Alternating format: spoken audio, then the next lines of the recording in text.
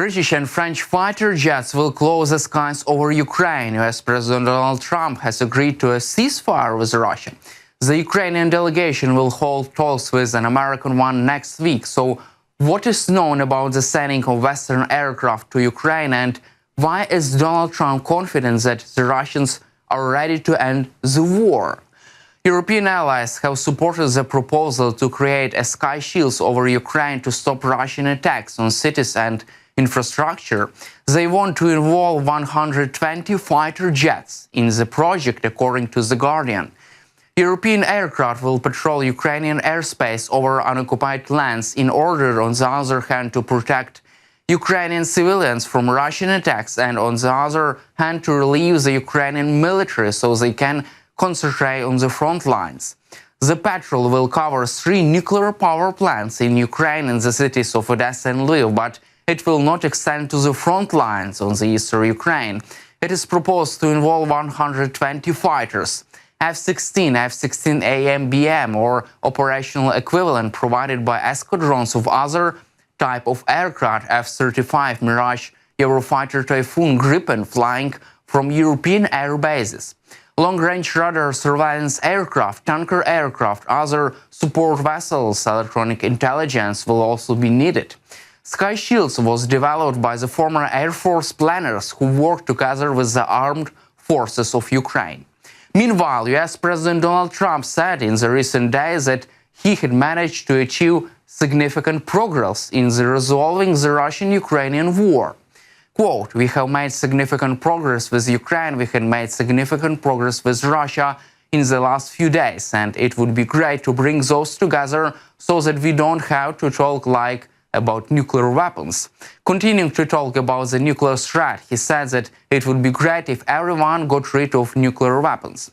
US President Trump wants also a condition for signing a deal on mining in Ukraine to be that Kyiv agrees to ceasefire as soon as possible in its war with Russia, which launched a full-scale attack 3 years ago.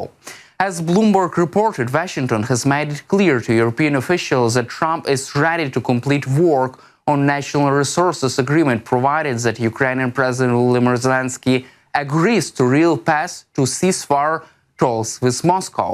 These additional conditions are the main reason that the economic cooperation agreement has not yet been signed, despite public statements by Trump and Zelenskyy indicating their readiness to sign the deal.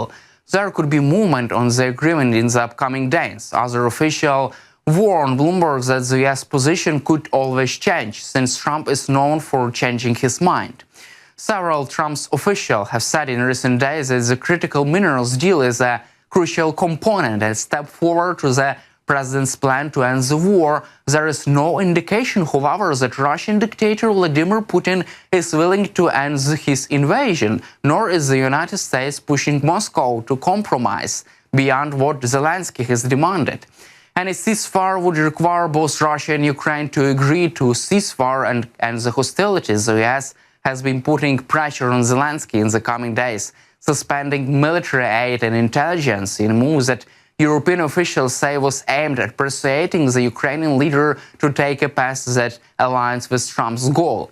At the same time, National Security Advisor Mark Waltz told Fox News that if the parties can move forward in these talks and essentially put some confidence-building measures on the table, then the president will look carefully at lifting the pause. At the same time, representatives of Trump's administration will meet with the Ukrainian delegation in Saudi Arabia next week, according to Fox News host and White House correspondent Jackie Heinrich.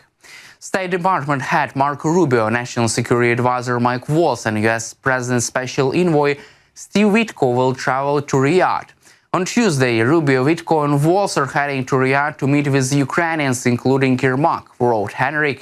The meeting will take place against the backdrop of a crisis in relations between Ukraine and the United States after Trump's quarrel with Zelenskyy in the White House, after which the US suspended military aid and intelligence to Ukraine.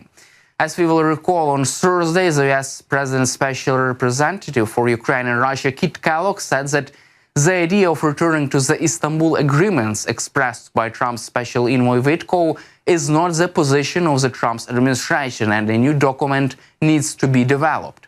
When asked if the Istanbul Protocol was something he had worked with to achieve a peace between Ukraine and Russia, Kit Kellogg replied no.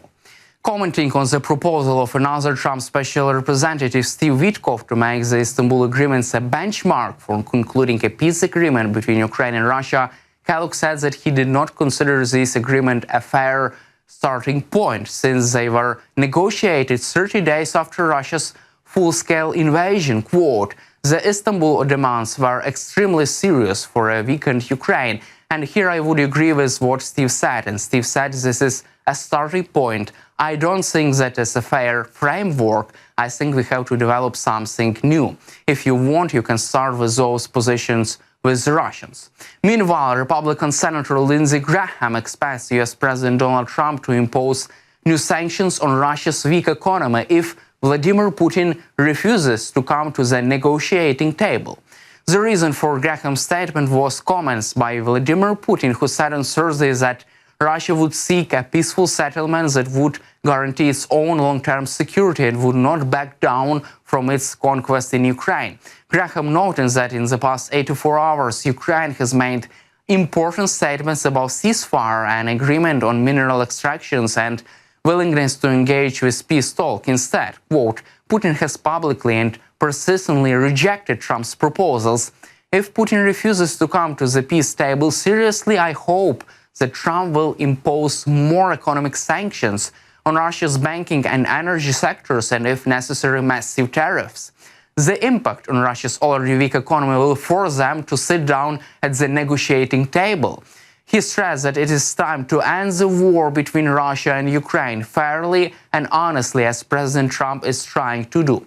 At the same time, The Telegraph writes that Kremlin suddenly supported Donald Trump's idea of ending the war because for Putin it was a disaster. Defeats on the front lines, sanctions and isolation are forcing Moscow to look for a way out. The Kremlin's propaganda machine is gloating, mocking the obvious concern of Europeans over the Trump administration attitude towards Washington's former allies. But this is only an attempt to divert attention from the real pressure that Russia is feeling due to its destructive military intervention in Ukraine. According to The Telegraph Defense and International Affairs editor Kon Kulin, Russian propaganda media have begun to actually claim that Trump is joining the Russian version of the situation. However, despite all the statements of the Russian propaganda, the Kremlin hopes that Trump's return to the White House will bring the war to an end. Make no mistakes, Putin is weak and desperate for peace, Cohen wrote. The devastating impact of the war on Russian economy is becoming increasingly obvious. Interest rates have already reached 21% and the welfare fund is rapidly depleting, leaving the Kremlin without funds to continue the war. Against his background, Putin has repeatedly supported Trump's peace initiative. The publication emphasized that one of the signs that Moscow is looking for a way out of the conflict was its unexpected offer to mediate in negotiations between Iran and the United States over Tehran's nuclear program. In addition, also raised as Putin the possibility of introducing European peacekeeping forces into Ukraine, including British troops, would be a real disaster for Putin, since his main goal is to prevent any further Western incursion closer into Russia. The possibility of deploying European troops on Ukrainian soil to deter Russia's aggression is a huge threat to Putin's government. The Kremlin criticized French President Macron, who said that France and other European countries are ready to send their troops to protect the future peace agreement. That's all for today. Stay with us on YouTube and glory to Ukraine.